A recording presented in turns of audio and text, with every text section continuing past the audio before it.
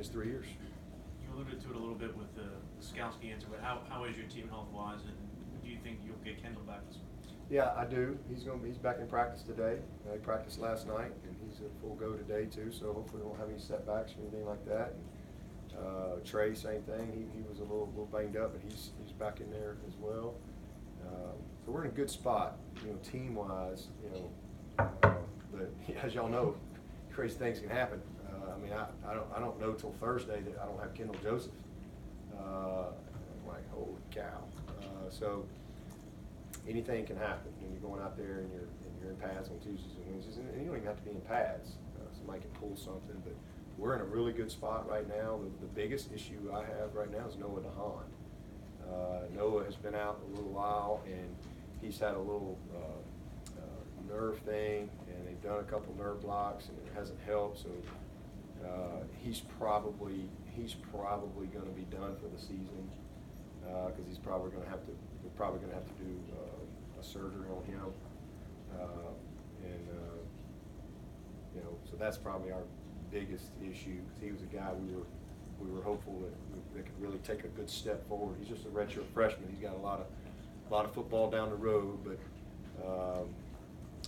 hopefully, and I guess with the new rule, he could even get this year back. If you've been redshirted and then you lose a year due to injury, I think he could even get it back. So he's a guy that hopefully has got a whole lot of football in front of him, but was a guy that I was kind of looking forward to getting some experience this year. He's a mountain of a man, but we got to get him healthy. Ben Batson, hopefully he'll be back. He's had a broken finger for like 4 weeks, so hopefully we'll get him back here, throwing a little bit more this week, and get him going here pretty soon. Will Brown is a receiver we've had that literally tore his hamstring like the 3rd day of camp and has been out the whole time. And so, we're in pretty good shape as a team, and hopefully it'll stay that way. Spires going back first. What was the conversation with Trevor in terms of, was it just like you're the guy, or was there some expectation? Hey, we're going to start this week. Okay, coach. Hey, man. Good luck. Proud of you. You earned it. You're good. Okay, coach. Hey, man. Love up on Kelly. That's it. It's very simple. He's not a long, drawn-out conversation guy.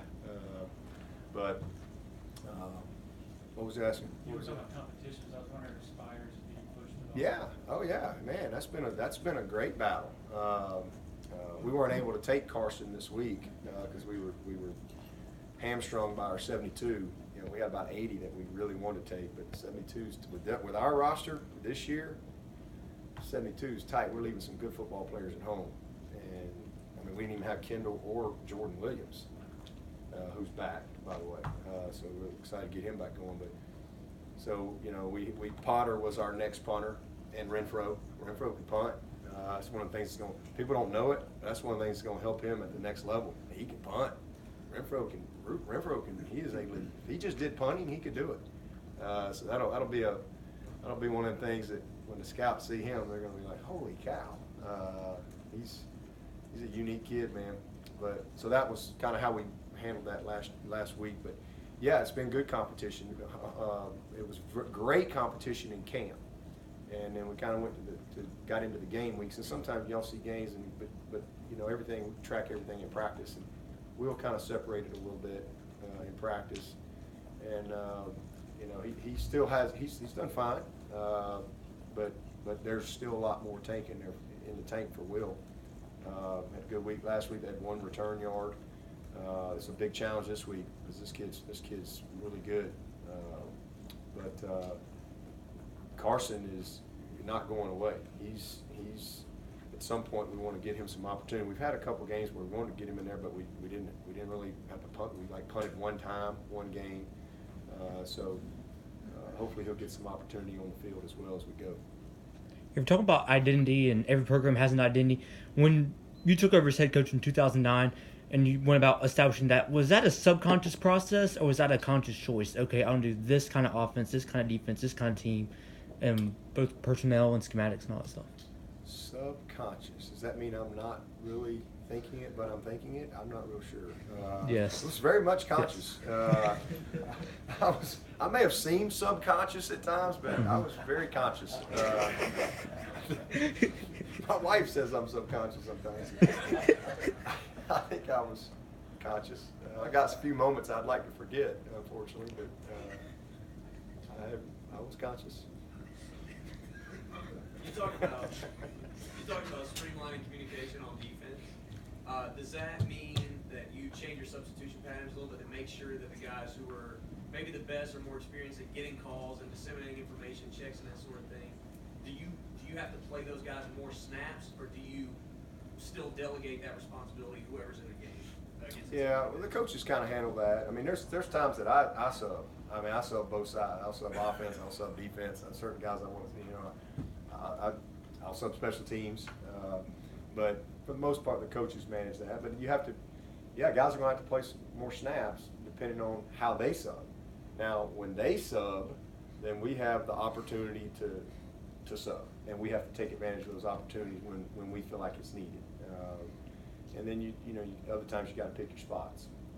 Maybe it's a play and the change or moving. You got a chance to get a guy in there. So they're not a bunch of multiple personnel. They're pretty much 11 personnel, 10 personnel, a little bit of 12. But those are predictable situations. They're not going to spend a lot of time first down in 12 personnel against us. That's not how they're going to play. That's not who they are. So you have a pretty good base going in of, hey, these are the personnel groupings. These are the main two. And then you get situations, maybe it's third and longs, where they probably going to sub, so you have an opportunity to sub. But we're going to have to do a great job matching it for sure. Can you explain what Amari Rogers brings to the table, what makes him so successful in the return game this year? He's just tough, and he's committed. He's a grinder. He's one of the hardest workers we have on this team. He's incredibly committed to being great. He's got unbelievable practice habits. He's very cerebral, smart football player, and he's big and strong and fast. And he's just got he's a unique body type. He's hard to handle, man. He's explosive, very hard to press because he's so explosive and he's so strong. He's 215 pounds of gristle. I mean, he is and can motor. So he's had a really good 4 games for us, and I think he's got a bright future in this offense and beyond. Man, he's a dynamic player, and you'll see more from him as he continues to grow and mature. Anybody else? All right, thanks.